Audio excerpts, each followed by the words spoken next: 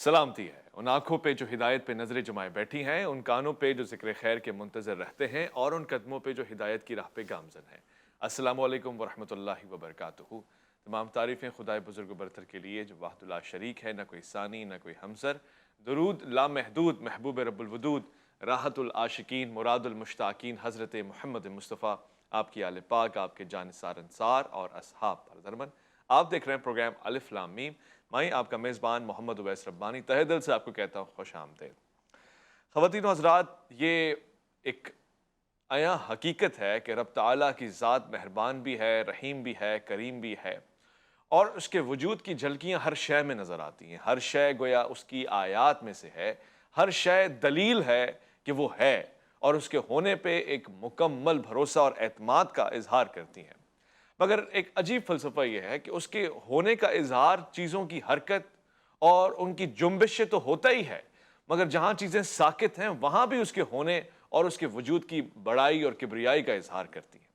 خواتین و حضرات، وحدہ لا شریک کو سمجھنے کے لیے انسان نہیں بلکہ سمجھ لیں کہ صدیوں اور نسلیں اب تک محو جستجو ہیں۔ کوئی کچھ بھی نہیں سمجھ پایا، اور جو سب سے زیادہ سمجھا اس نے یہ کہا کہ میں اتنا ہی سمجھاؤں کہ وہ سمجھ سے بالا تر ہے، وہ سمجھ میں آتا ہی نہیں ہے۔ ہاں، مگر یہ کہ انسان نے اپنی معرفت کی منزلیں کچھ طے کی ہیں، کسی نہ کسی مقام پہ آ کے کھڑا ہوا ہے، لہٰذا اس پہ بہت سے بزرگوں نے بہت سارے مقالے، بہت سارے فلسفے پیش کیے ہیں۔ اس کو مختلف زاویوں سے دیکھا گیا ہے، جن میں سے ایک فلسفہ حیران کن فلسفہ بھی ہے اور بڑا نزدیک ہے تصوف کے دیگر فلسفوں سے، بلکہ میں کہوں گا کہ اس کی بنیاد بالکل ایک فلسفہ کی ہے تصوف کی اس وادی میں، یعنی وحدت الوجود۔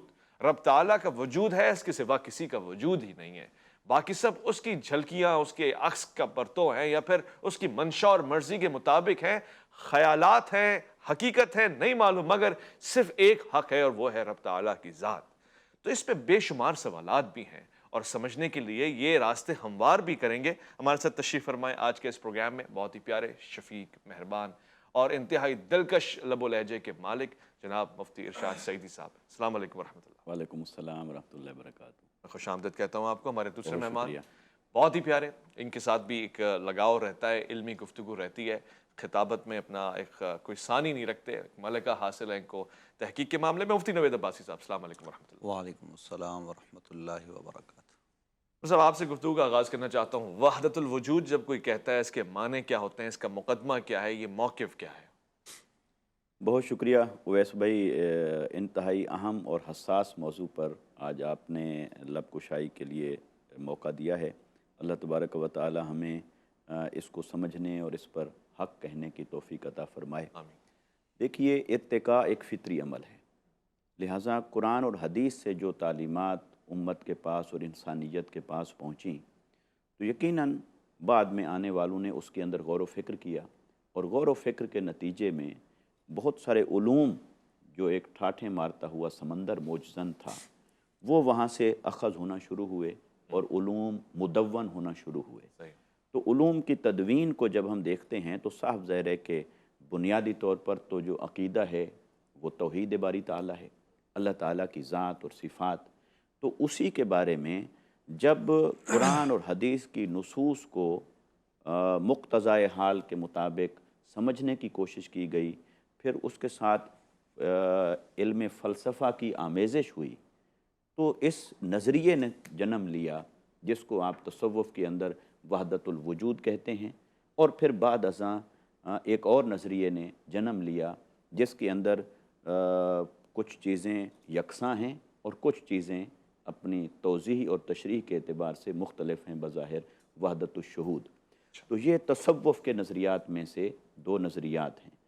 تو تصوف کا جو علم تصوف ہے وہ فلسفے کو جب اس نے رد کرنا تھا اور فلسفے کے باطل نظریات کو رد کرنا تھا، تو یہ علم بھی بنیادی طور پر ارتقاء پذیر ہوا، اور یہ قرآن اور حدیث میں اپنی اصل تو رکھتا ہے، کیونکہ سارا قرآن ہی اللہ تعالیٰ کی ذات اور صفات کو بیان کر رہا ہے، اور آقا علیہ الصلوۃ والسلام کی ساری جو سٹرگل ہے عقیدہ توحید کے لیے وہ اللہ تعالیٰ کی ذات اور صفات کے بیانات پر مبنی ہے، اور یہی انسان کی تخلیق کا بنیادی مقصد تھا کہ وما خلقت الجن والانس الا لیعبدون، ای لیعرفون، کہ انسان کو پیدا ہی اس لیے کیا گیا کہ وہ اللہ کی عبادت اور بندگی کرے، اور عبادت اور بندگی تبھی وہ کرنے کے قابل ہوگا جب وہ اس کی معرفت کو حاصل کرے گا، اور اس کی معرفت کو حاصل کرنا یہی تصوف ہے۔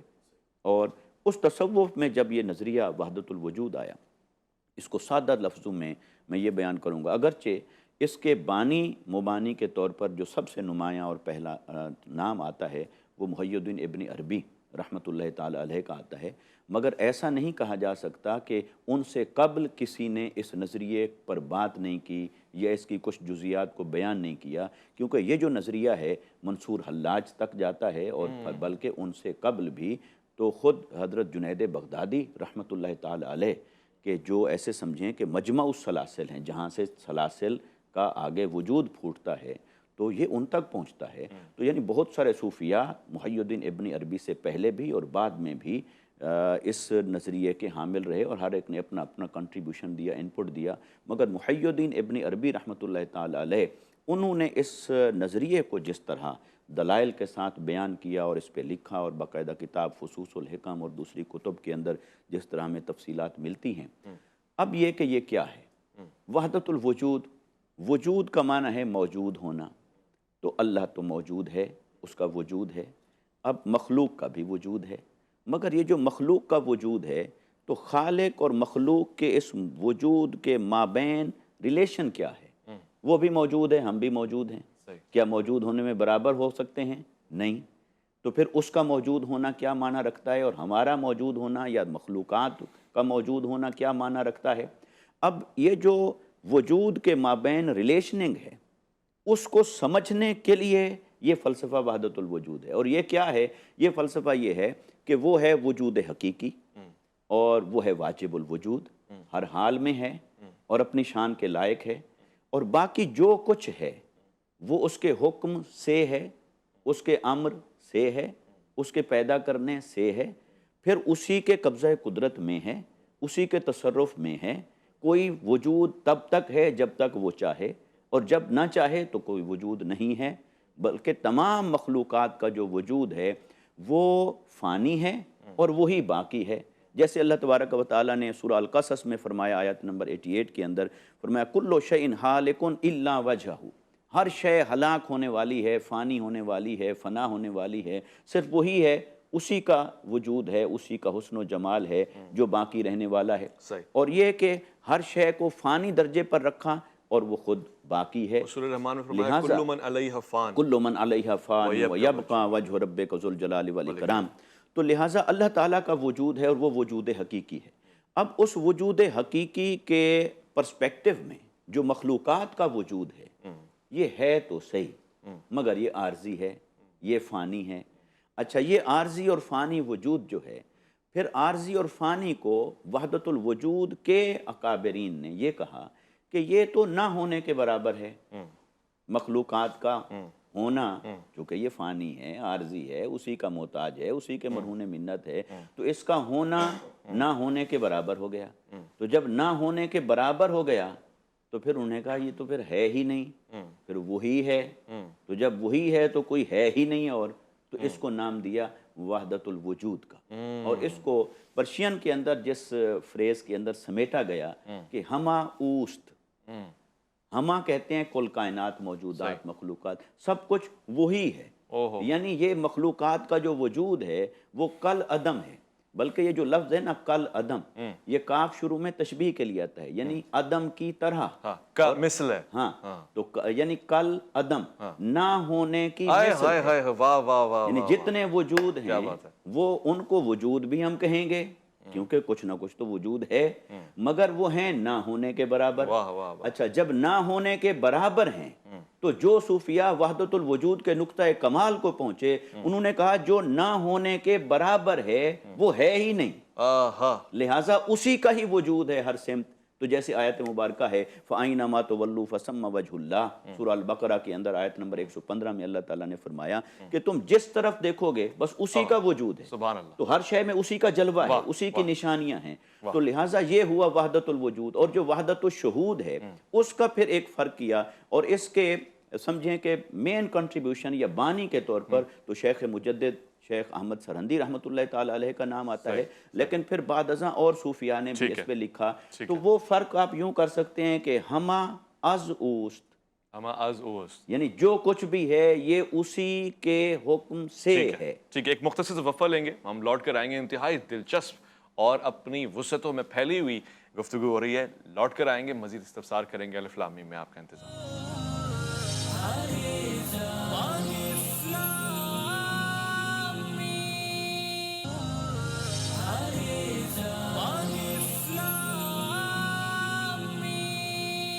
نرمن، بہت ہی باریک اور حساس مقدمہ ہے آج کا۔ بہت سے لوگ یہ کہتے ہیں کہ انسان زہد، تقوی، عبادات کی وجہ سے اس کمال تک پہنچ جاتا ہے کہ جہاں اس کو ہر شے میں اللہ نظر آتا ہے، اور اس کو اپنے معشوق کی دید کی طلب اس مقام پہ لے بھی جاتی ہے، لہٰذا اس مقام پہ پہنچ کر وحدت الوجود کا اعلان کرنا تو سمجھ آتا ہے، ورنہ اس کے رد میں، اس کی مخالفت میں بہت سے لوگوں نے اپنے قلم کو جنبش دی۔ خود ابن تیمیہ اس کے شدید مخالف بھی رہے اور اپنے نظریات سے ان نظریات کا رد بھی کرتے رہے، مگر ایک پل کے لیے ٹھہریے، جیسے کہ مفتی صاحب نے بیان فرمایا، وحدت الوجود ہو یا پھر اس کا دوسرا حصہ وحدت الشہود، جس میں فنا فی اللہ کے تصور کو بھی ہم سمجھنے کی کوشش کریں گے۔ دراصل یہ انسان کو معرفت اور آگاہی اور شعور کے سفر کی طرف لے جانے کی ایک سیڑھی ہے جو یقیناً اپنے ارتقاء کے عمل سے گزر رہی ہے۔ مفتی نوید عباسی صاحب تشریف فرمائے۔ صاحب آپ بھی ذرا بیان فرمائیے، وحدت الوجود اور شہود میں فرق کیا ہے، اور پھر یہ تصوف کے علماء نے جو اس حوالے سے کام کیا ہے، خاص طور سے شیخ محی الدین ابن عربی نے، ان کی مراد کیا ہے اس میں؟ نحمد و نصلی علی رسولہ الکریم، اما بعد، بسم اللہ الرحمن الرحیم۔ ابتدائی گفتگو ہو گئی۔ دیکھیے، اس حوالے سے یوں سمجھ لیجیے کہ اس پر کلام کرنا بھی کانٹوں پر چلنے سے کم نہیں ہے، بلکہ اس سے بھی زیادہ جو ہے نا وہ یہ باریک سفر ہے، جس کی باریکیوں کو سمجھنا یہ بڑا ہی مشکل کام ہے۔ کیوں میں نے یہ لفظ کہے؟ اس لیے کہ یہ سارا کا سارا معاملہ حال کا ہے، یعنی یہ تجربات کا ہے۔ آپ یہ کہیں کہ ہم اپنے علم سے، ہم اپنے دلائل سے، اپنے فلسفے سے یہ چیز کسی کو سمجھا دیں گے تو یہ انتہائی مشکل عمل ہوگا، اس لیے کہ یہ تجربات سے آدمی گزر کے آگے بڑھتا ہے۔ اور یاد رہے کہ یہ جو صوفیاء کا سلسلہ ہے، پہلے بنیادی بات تو یہ ذہن میں رکھیں ہمارے ناظرین بھی، کہ مسلمان جو ہوتے ہیں لا الہ الا اللہ محمد رسول اللہ پڑھنے والے، ان کا عقیدہ توحید وہی ہے جو اللہ نے خود ہمیں بتلایا ہے کہ قل، اے پیارے حبیب آپ کہہ دیجئے، هو اللہ احد، وہ اللہ ایک ہے، اللہ الصمد، لم یلد ولم یولد ولم یکن لہ کفوا احد، اس کا ہمسر، اس کا برابر کوئی نہیں۔ تو یہ جو عام طور پر، خاص طور پر وحدت الوجود کے متعلق جو صوفیاء ہیں ان کے حوالے سے جو الزام لگایا جاتا ہے، جیسے آپ نے اپنی گفتگو میں اشارہ بھی دیا ابن تیمیہ اور دیگر کے حوالوں سے، کہ انہوں نے شیخ اکبر محی الدین ابن عربی رحمۃ اللہ تعالی علیہ کے خلاف نہ صرف قلم اٹھایا بلکہ شدت سے یہ بات کی، اور یہاں تک کہا کہ اولیاء شیطان جو ہے ان میں پہلے نمبر پر معاذ اللہ حضرت شیخ اکبر کا نام ہے۔ بنیادی طور پر انہوں نے حضرت شیخ اکبر کو سمجھا نہیں، اس لیے کہ جو یہ صوفیاء ہیں یہ اپنے جو مراقبات کرتے ہیں اور ان تجربات سے بڑھتے بڑھتے یہ اس مقام پر پہنچتے ہیں کہ یہ اللہ رب العالمین کی ذات کو سمجھتے ہیں، اور اس کی ذات کو سمجھنے کے لیے اس کی صفات کے ذریعے وہ آگے بڑھتے ہیں۔ اور جب صفات، یہ بات ہم سمجھتے ہیں، اور یہ بات بھی ذہن میں رہنی چاہیے کہ یہ حضرت ابن عربی کا نظریہ نہیں ہے، خود صحابہ کرام علیہم الرضوان میں آپ کو ایسے لوگ ملیں گے، حضرت سیدنا ابو ذر غفاری ہیں، دیگر صحابہ کرام ہیں جو اس طرف توجہ کرتے ہیں اور عبادت کے ذریعے وہ اس طرف بڑھتے ہیں، اور نبی اکرم صلی اللہ علیہ وآلہ وسلم کی جماعت میں ایسے لوگ پائے جاتے ہیں۔ تو یہ کوئی نئی چیز نہیں ہے، حضرت شیخ اکبر نے چیزوں کو جمع کیا اور جمع کرنے کے بعد امت کو دیا۔ یہ وہ کم فہم لوگ ہیں یا وہ ناتجربہ کار لوگ ہیں جو اس گھاٹی سے گزرے نہیں، اور انہوں نے یہ باتیں کر دی۔ اب جیسے ابھی یہاں قرآن مجید فرقان حمید کی آیت کی بات ہوئی ہے کہ وَيَبْقَى وَجْهُ رَبِّكَ ذُو الْجَلَالِ وَالْإِكْرَامِ، تو وَيَبْقَى جو باقی ہے وہ اللہ کی ذات ہے، وہ ذو الجلال والاکرام ہے، باقی سب چیزیں فانی ہیں، لیکن یہ فانی چیزوں کو چلا رہا کون ہے؟ ان میں حرکت کہاں سے آ رہی ہے؟ اویس ربانی صاحب چل رہے ہیں، ہم چل رہے ہیں، یہ نظام کائنات ہے، اس میں یہ جو کچھ بھی چل رہا ہے، یہ ہوائیں ہیں، یہ فضائیں، یہ کون چلا رہا ہے؟ یہ اللہ رب العالمین کی ذات چلا رہی ہے، اس کے امر سے چل رہی ہے، اس کے حکم سے یہ سب کچھ ہو رہا ہے۔ بلکہ یہ جو عدد ہیں، یہ عدد بھی تبھی عدد ہیں کہ اللہ رب العالمین کی ذات ہے، وہ ذات ہی سارے نظام کو آگے بڑھا رہی ہے۔ تو اس لیے بھائی اویس ربانی صاحب، ہماری جو گزارش ہے وہ یہ کہ اس میں کم فہمی کی بنیاد پر کسی پر کفر کا فتویٰ لگانا اور پھر تمام کے تمام صوفیاء کرام کو اس بنیاد پر اٹھا کر اس گھاٹی میں رکھنا کہ جناب ان سب کو جلا دو، یہ تو سب کے سب فتنہ ہے، یہ وہ چیزیں ہیں کہ جو اس بات سے ناسمجھی کی بنیاد پر ہیں۔ اگر ہم اس کو سمجھیں اور خاص طور پر شیخ اکبر کو سمجھیں، جیسا کہ فصوص الحکم میں حضرت شیخ اکبر محی الدین ابن عربی رحمۃ اللہ تعالی علیہ جا بجا یہ توجہ دلاتے ہیں اپنی ہر فصل میں کہ اللہ کے جو نبی ہیں وہ انبیاء و مرسلین وہ کسی کی نظیر پر ہوتے ہیں، اور پھر وہ اللہ رب العالمین کی صفات کے حوالے سے ان کو لے کر آگے بڑھتے ہیں۔ تو جب اللہ کی صفات ہیں، دیکھیے اللہ رب العالمین رب ہے، یہ جو کہا جاتا ہے کہ جناب یہ بندے کو رب بنا دیتے ہیں، یہ ناسمجھی کی بنیاد پر، جیسے ابھی حضرت نے بھی اشارہ دیا اور اپنے کلام میں یہ کہا کہ بندہ اس مقام پر جو ہے وہ پہنچتا ہے، تو لوگ یہ کہہ دیتے ہیں کہ جناب یہ اللہ کی ذات میں ضم ہو گیا۔ ایسا نہیں ہوتا، یہ ان لوگوں کی ناسمجھی ہے، وگرنہ رب اللہ بھی ہے اور رب جو ہے وہ ماں باپ بھی ہیں۔ یہ قرآن مجید فرقان حمید نے بیان کیا ہے۔ سورہ یوسف میں تقریباً 3 سے 4 مقامات پر حضرت سیدنا یوسف علیہ السلام کے لیے رب کا لفظ استعمال ہوا ہے۔ جناب یوسف کے والد جناب یوسف کے لیے بھی ہوا کہ جب وہ عزیز مصر ہوئے اور اس مقام پر ہمارے پہنچے، والدین کے لیے تو ہمارے والد، میں نے یہ عرض کیا کہ والدین کے لیے کما ربیانی صغیرہ کا لفظ جو استعمال ہوا ہے، تو رب اللہ بھی ہے، رب بندہ بھی ہے، مولا اللہ بھی ہے، مولا بندہ بھی ہے۔ تو یہ کیا ہے؟ اصل میں اللہ اپنی ذات کے حساب سے رب ہے، وہ حقیقی معنوں میں رب ہے، اور بندہ کا نبی ہو یا غیر نبی کوئی بھی ہو، وہ اگر رب ہوگا تو وہ رب کی عطا سے رب ہوگا۔ یہ بات جب ہم سمجھ لیں گے تو یہ فلسفہ سمجھنے میں آسانی ہو جائے گی۔ یہ الزامات لگانا اور اس حوالے سے یہ باتیں کرنا کہ یہ تمام کے تمام صوفیاء یہ گمراہ ہو گئے، یا خاص طور پر وحدت الوجود والوں کو ایسی باتیں کرنا، دیکھیے حضرت مجدد پاک نے بھی جب حضرت ابن عربی رحمۃ اللہ تعالی علیہ کے اس نظریے کے حوالے سے بات کی تو ان کا ذکر پورے اکرام سے کیا۔ کیوں نہ کرتے؟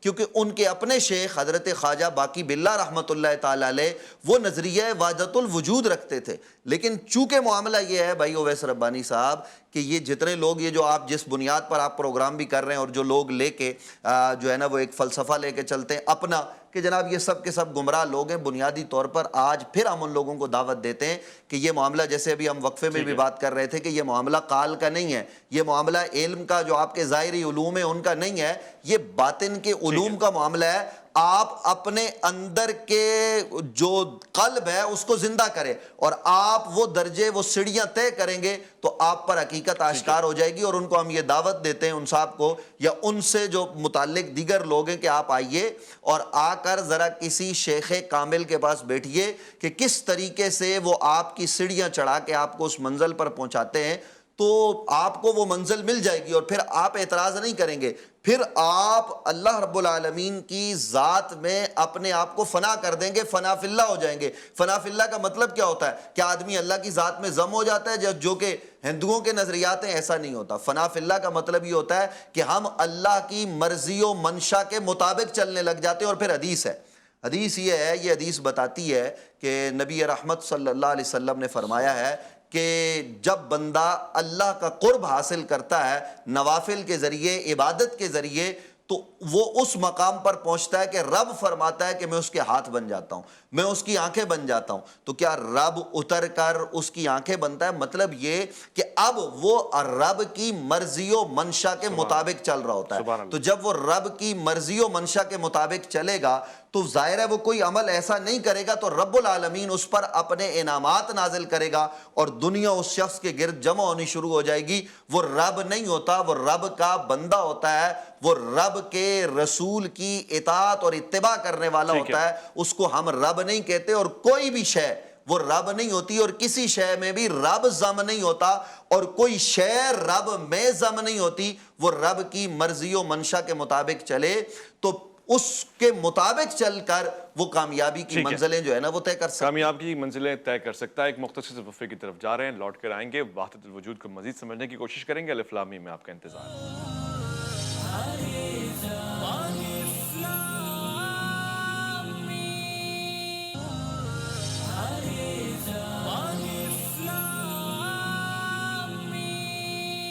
بہت سخت سوال پوچھنے کا بھی میرا من ہے، ظاہر ہے جب سوالات سخت ہوں گے تو جوابات نرم اور وسیع ترین ہوں گے، مگر میں یہ ضرور بتاؤں کہ یہ ساری منزلیں بالکل ویسی ہیں جیسے ہم اسلام اور سائنس کا پروگرام کرتے ہیں۔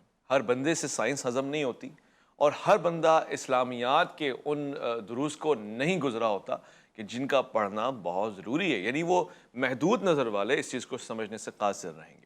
لہٰذا میں اپنی دامن کو مزید وسعت کا یادگار عادی بنا کر یہ کہنا چاہتا ہوں کہ اس خود موضوع میں اتنی گہرائی ہے کہ جتنے سوالات کیے جائیں کم ہیں، مگر اس کے باوجود میں یہ ضرور پوچھوں گا مفتی ارشاد سیدی صاحب سے کہ کیا یہ تصور اسلام کے کسی گوشے تصوف میں ایگزسٹ کرتا ہے کہ اللہ بندے کے اندر حلول کر جاتا ہے، بندہ یہ کہنے لگتا ہے کہ میرے اندر حق ہے، میرے اندر اللہ ہے؟ اس کو کیسے دیکھتے ہیں؟ ایسا ہرگز نہیں، ہرگز نہیں، ہرگز نہیں۔ نہ ہی یہ مراد ہے صوفیاء کرام کی، نہ ہی یہ مراد ہے وحدت الوجود میں، اور نہ ہی وحدت الشہود میں۔ دیکھیے اللہ رب العزت کی ذات اور صفات، ان کے بارے میں علم الکلام کے تمام مباحث پڑھ لیجئے، تمام اکابرین علم الکلام کے بھی اور علم تصوف کے بھی صوفیاء اور اکابرین کو پڑھ لیں، ان میں سے کوئی اس بات کا قائل نہیں ہے کہ اللہ تبارک و تعالی مخلوق میں حلول کر جاتا ہے۔ ایسا عقیدہ شرک ہے، اور کوئی بھی اہل اسلام میں سے اس عقیدے کا قائل نہیں ہے۔ نہ اللہ تعالیٰ کی ذات کسی کی ذات میں حلول کرتی ہے، نہ اللہ تعالیٰ کی صفات کسی کی صفات میں حلول کرتی ہیں، لیکن اس کی صفات کا رنگ چڑھ جائے یہ اور بات ہے، اور اس کو قرآن نے بیان کیا، فرمایا صبغۃ اللہ ومن احسن من اللہ صبغۃ، فرمایا اپنے آپ پر اللہ کا رنگ چڑھا لو، اور اللہ کے رنگ سے بہتر کس کا رنگ ہے؟ واہ واہ، ٹھیک ہے۔ اب جیسے سادہ سی ایک مثال لیں، اللہ تعالیٰ ہے حیٌ، اس کا معنی ہے زندہ۔ اب آپ اور میں بھی اس وقت زندہ ہیں۔ اب زندہ کا لفظ بولا جا رہا ہے، مگر یہ جو ہماری حیات ہے یہ اس کی دی ہوئی ہے، اور یہ ایسے سمجھیں کہ اللہ تعالیٰ نے اپنے امر سے حیات کا رنگ عطا فرمایا ہے، مگر اس کی حیات جن جن صفات کے ساتھ ہے، جن جن پیرامیٹرز کے ساتھ ہے، جن جن کریکٹرسٹکس کے ساتھ ہے، وہ حیات ہمیں حاصل نہیں ہے، اور مخلوق میں سے کسی کو حاصل نہیں ہے۔ تو لہٰذا اس کو آپ رنگ چڑھنا بھی کہہ لیں۔ اس اور مثال لی جا سکتی ہے، سایہ۔ ہم کھڑے ہوتے ہیں روشنی کے آگے تو دوسری طرف سایہ بنتا ہے۔ اب وہ جو سایہ ہے وہ کیا ہے؟ کیا سائے کا اپنا کوئی وجود ہے یا ہو سکتا ہے؟ اس کا جواب ہے نو، وہ کسی کو ریپریزنٹ کر رہا ہے۔ اچھا، جس کو وہ ریپریزنٹ کر رہا ہے کیا وہ اس میں ہے؟ وہ تو اپنی جگہ پہ ہے نا، وہ اس میں تو نہیں ہے نا، مگر وہ سایہ اسی کا ہے۔ تو یہ سائے اور اس وجود کے درمیان ایک ریلیشن ہے۔ اس کو آپ یوں سمجھیں جیسے آپ اگر شیشے کے سامنے کھڑے ہیں اور قد آور ہو، یعنی بڑے قد کا پورا آئینہ کمرے میں لگا ہو، قد آور آئینہ، اس کے سامنے آپ کھڑے ہو گئے۔ اب اس کے سامنے آپ کھڑے ہو گئے، آپ بال سنوار رہے ہیں، اپنے رخسار دیکھ رہے ہیں، چہرہ دیکھ رہے ہیں، کپڑے دیکھ رہے ہیں۔ اب یہاں پر میں سوال کرتا ہوں، وہ جو شیشے میں ہے وہ کون ہے؟ آپ ہیں یا آپ کا کوئی ہمسایہ ہے یا دوست ہے؟ کون نظر آ رہا ہے؟ آپ ہیں۔ آپ ہی نظر آ رہے ہیں، جو سامنے کھڑا ہے وہی نظر آ رہا ہے۔ لیکن کیا یہ کہا جا سکتا ہے کہ جو آدمی یہاں کھڑا ہے شیشے کے باہر، کیا یہ کہا جا سکتا ہے کہ وہ شیشے میں ہے؟ نہیں، وہ تو شیشے کے باہر کھڑا ہے نا۔ تو شیشے میں کون ہے؟ وہ بھی وہی ہے۔ اور کیا وہ شیشے میں ہے؟ نہیں۔ اب یہ جو شیشے میں نظر آنے والے عکس کو اور اس وجود کو جو آپس میں تعلق حاصل ہے، اس تعلق کو سمجھنا ضروری ہے۔ اسی تعلق کو تصوف کے اندر کہا گیا ہے عینیت، تصور عینیت۔ یہ جو منصور حلاج اور کئی دیگر صوفیاء اور عرفاء یا انا الحق کی بات یا اس طرح کی باتیں کہ بھی اللہ تعالیٰ کی ذات کا عین ہو گئے، کوئی ہو گیا، یا فنا کے تصور میں، یہ چونکہ اللہ تعالیٰ کا یہ جو امر ہے نا، اصل میں اس کو بیان کرنے کے لیے کائنات میں لفظ ہیں ہی نہیں، لہٰذا یہ جھگڑا لفظوں سے پیدا ہو جاتا ہے۔ یہ ایسا تصور ہے جس کو آپ لفظوں میں بیان نہیں کر سکتے۔ جب آپ کسی لفظ کا سہارا لیں گے اس لفظ میں کوئی کمزوری نکل آئے گی، اس لفظ میں کوئی ویکنس نکل آئے گی، پھر اسی لفظ کی وجہ سے کنفلکٹ ہو جائے گا، اسی لفظ کی وجہ سے جھگڑا ہو جائے گا۔ تو وہ جھگڑا اور نزاع لفظ کے اندر ہوتا ہے، لیکن جو ان تصورات کو اگر ہم دیکھیں تو جیسے ایک وجود کا اپنے سائے سے تعلق ہے اور سائے کا اپنے وجود سے تعلق ہے، شیشے کے سامنے کھڑے ہوئے ایک شخص کا اس وجود کا اپنی تصویر سے تعلق ہے اور اس تصویر کا اس وجود کے ساتھ تعلق ہے، تو یعنی اللہ تعالیٰ کی ذات یا صفات مخلوق میں اور خلق میں حلول نہیں کر جاتی، داخل نہیں ہو جاتی۔ یہ عقیدہ کوئی رکھتا ہے تو وہ شرک ہے، اور صوفیاء میں سے کبھی کسی کا یہ عقیدہ نہیں رہا ہے۔ لیکن اللہ تعالیٰ کی صفات کا رنگ نظر آتا ہے تو اس کا حسن نظر آتا ہے، اس کی مظہریت ہو جاتی ہے۔ تو لہٰذا مظہریت ہونا ایک اور چیز ہے، اور عین وہی ہو جانا اور وہی داخل ہو جانا یہ ایک اور چیز ہے۔ تو توحید اور شرک کے مابین یہ ایک بڑا باریک سا فرق ہے۔ اس لیے صوفیاء کرام نے اس کو عام لوگوں کو تو بات کرنے سے منع کیا ہے اچھا، کہ ہر آدمی اس کے اوپر بات نہ کرے، وہی کرے جو یا تو پھر واردات قلبی سے گزرا ہو یا پھر مشاہدات میں سے گزرا ہو، تجربات میں سے گزرا ہو۔ چونکہ یہ چیز حاصل ہوگی تزکیہ نفس سے، اور تزکیہ نفس کرتے کرتے اگر اس مقام پر پہنچا ہے کہ اس کا جو باطن ہے وہ جلوہ گاہ بن گئی ہے نور حق کی، تو پھر اس کے نشانیاں اور اظہار اور خود ایسی اپنا چیزیں اظہار ہوتی ہیں۔ لہٰذا صوفیاء کا جو عقیدہ ہے وہ کبھی شرک پر مبنی نہیں ہے، مگر اسے سمجھنے میں غلطی لگتی ہے، یا ان کے جو الیبوریٹرز ہیں، ان کے فالوورز ہیں، ان کے نام لینے والے ہیں یا ان کے جانشین بنتے ہیں، اگر وہ ناخلف ہیں، ناسمجھ ہیں اور اس باریکی سے آشنا نہیں ہیں، تو پھر یا تو وہ ان کے تصورات کو ایکسپلین نہیں کر پاتے اور انہیں میلا اور گدلا کر بیٹھتے ہیں، یا پھر ہمیں سمجھنے میں غلطی لگتی ہے۔ ورنہ صوفیاء میں سے کوئی ایسا نہیں رہا جس کے عقائد علم الکلام اور توحید کے خلاف ہوں۔ وہ ہمیشہ اہل توحید تھے، اہل معرفت تھے، اہل حق تھے۔ مفتی نوید عباسی صاحب، علامہ صاحب فرما رہے ہیں کہ کوئی بھی صوفیاء میں سے ایسا نہیں رہا جو اہل حق کے مخالف کھڑا اور حق سے اس کو بیر ہو یا وہ شرک کے کسی بھی مقام پر ہو، معاذ اللہ۔ تو یہ آخری میرے پاس لمحات ہیں، میں اگر جاننا چاہوں گا، جیسے کہ گفتگو ہو رہی ان الحق کے حوالے سے، اس نعرے کی کیا حیثیت ہوتی ہے؟ اس نعرے کو لگانے والا کیا کہنا چاہ رہا ہوتا ہے اور اس کا وحدت الوجود سے کیا رشتہ ہے؟ دیکھیے، جو ان الحق کی بات ہے تو ظاہر کے جو علماء تھے اس وقت بھی انہوں نے ان الحق کہنے والے پر شرعی حکم لگایا۔ معاملہ یہ ہوتا ہے کہ جب آپ کے اوپر واردات ہوتی ہیں اور آپ اس سلسلے سے گزر رہے ہوتے ہیں تو ان لمحات میں بندے کی کیفیات ہوتی ہیں، تو کچھ لوگ ایسے ہوتے ہیں کہ جو ان کا کیفیات میں صبر کرتے ہیں، برداشت کرتے ہیں اور وہ منزلیں چڑھتے چلے جاتے ہیں، کیونکہ شریعت کا حکم آپ کے زبان سے نکلے ہوئے الفاظ پر لگتا ہے۔ تو منصور الحاج کے حوالے سے جو بات ہوتی ہے کہ ان کے اوپر فتویٰ لگایا گیا، ان کی سزا کا تعین ہوا، رب کے ہاں ان کا کیا مقام ہے وہ ایک الگ بحث ہے۔ تو ظاہر کے معاملات تو یہ ہیں ان الحق کے حوالے سے جو آپ نے ایک بات کی، لیکن ایک بات ذہن میں رکھیے، قرآن مجید فرقان حمید ایک بات ارشاد فرماتا ہے، هو الاول هو الآخر هو الظاہر والباطن، کہ اللہ رب العالمین کی ذات اول بھی ہے، آخر بھی ہے، ظاہر بھی ہے، باطن بھی ہے۔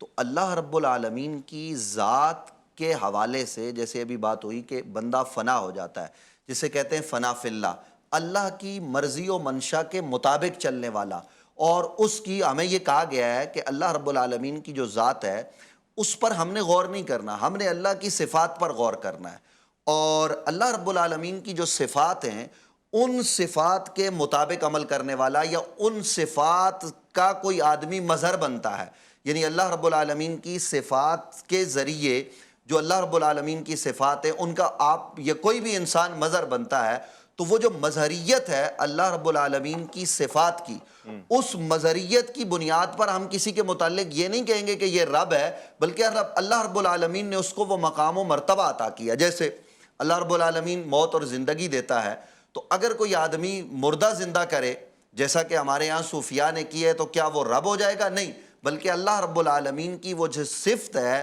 زندہ کرنے والی، حی کرنے والی، وہ اس کا مظہر ہوا۔ تو جب وہ اس کا مظہر ہوا تو وہ مظہریت کے اس مقام پر ہے، وہ اللہ رب العالمین کی ذات سے لے رہا ہے، اللہ اس کو عطا کر رہا ہے۔ اس فلسفے کو سمجھنے کی ضرورت ہے، اور جب ہم یہ فلسفہ سمجھ لیں گے، اس فلسفے کو اخذ کر لیں گے، تو نتیجہ ہمارے سامنے ہو جائے گا۔ ہم کسی کو مشرک، کسی کو بدعتی، کسی کو کافر جو ہے وہ نہیں کہیں گے۔ اللہ رب العالمین کی ذات ہے، اس نے یہ کائنات بنائی کیوں؟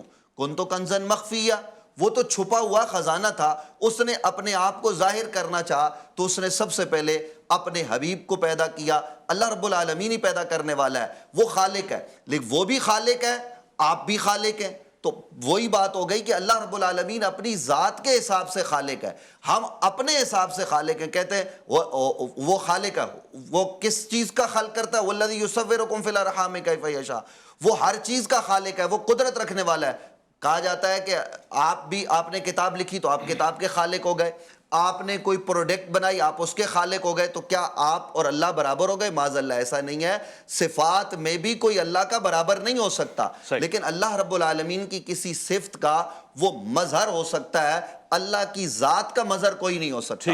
اللہ کی ذات تک رسائی، یہ تو نبی رحمت صلی اللہ علیہ وسلم جب شب معراج گئے تو قرآن مجید فرقان حمید ہمیں کیا بتاتا ہے کہ وہ قریب ہوا اور یہ قریب ہوئے، ثم دنا فتدلی فکان قاب قوسین او ادنی فاوحی الی عبدہ ما اوحی۔ ہم اس پر زیادہ کلام نہیں کر سکتے، نہ اس پر ہمیں کلام کرنے کا حق ہے۔ تو جو یہ فلسفہ ہے، میں یہ گزارش کروں گا کہ جو لوگ بھی اس پر جو ہے نا وہ چیمگوئیاں کرتے ہیں، یا وہ کسی شیخ کامل کو تلاش کریں، اور جب شیخ کامل کو تلاش کریں گے، اس تک پہنچیں گے اور وہ ان کو مراقبات کروائے گا تو وہ منزلیں چڑھتے چلے جائیں گے۔ جیسا میں نے پہلے عرض کیا، اگر خود اس معاملے میں وہ اپنی عقل کو لے کر آئیں گے تو پھر دلالت اور گمراہی کے سوا کچھ نہیں ملے۔ ٹھیک ہو گیا۔ مفتی نوید عباسی کا بے انتہا شکریہ، علامہ مفتی ارشاد سعیدی صاحب کا بے انتہا شکریہ۔ خواتین و حضرات، اس بات کے اختتام میں میں یہ ضرور کہنا چاہوں گا، پروردگار فرماتا ہے بسم اللہ الرحمن الرحیم، واللہ الذی خلقکم فمنکم کافر ومنکم مومن۔ اسے نہیں پتا کہ یہ تخلیق اسی کی ہے، خالق وہی ہے، پھر وہ اپنی تخلیق کے اوپر کمال حاصل رکھتا ہے، اور پھر وہ اقرار بھی اس بات کا کرتا ہے، اظہار بھی کرتا ہے، اور وہ اپنے آپ کو احسن الخالقین بھی پکارتا ہے، اور حق ہے اس کا، اور اس نے اس بات کا ثبوت بھی دیا ہے میری اور آپ کی خلقت میں۔ ہم تو عبد الخالق ہیں، وہی خالق ہے، وحدہ لا شریک ہے۔ مگر اگر یہ ساری مثالیں آپ کو سمجھ آ گئی ہوں تو بہت پیش رفت ہوگی اس سفر میں آگے بڑھنے کے لیے۔ یقیناً کامیابی کی طرف اور فلاح کی طرف ہم آگے بڑھیں گے، اور بہت کنارہ کشی کرتے ہوئے ان تمام تخیلات سے کہ جو گمراہی کا سبب بن سکتے ہیں، کیونکہ یہ واقعاً ابتدائی میں ہی یہ بات کہہ دی گئی کہ حساس بھی ہے، سنجیدہ بھی ہے، اور یہ عوامی نہیں ہے، یہ خواص کے لیے ہے۔ یعنی ہر شخص اس منزل پہ جا بھی نہیں سکتا، ہر شخص کو وہ منزل سمجھ میں آ بھی نہیں سکتی، ہر شخص اس منزل سے گزرنے والے مسافر کی معرفت بھی نہیں رکھتا، لہٰذا اس منزل کی معرفت تو بہت دور کی بات ہے۔ یہ بھی طے ہو گیا، اور اس پروگرام میں شامل تمام گفتگو کو میں ایک بار پھر سے اظہار شکرانہ اور تشکر کرتے ہوئے آپ کے سامنے آپ کی خدمت میں یہ عرض کرنا چاہتا ہوں کہ غلطی کوتاہی کوئی ہو تو آپ معاف فرمائیں گے۔ ہماری کوشش رہے گی کہ معرفت کے سفر میں جستجو جاری رکھیں۔ ویس ربانی کو دیجیے گا اجازت، اللہ کی امان۔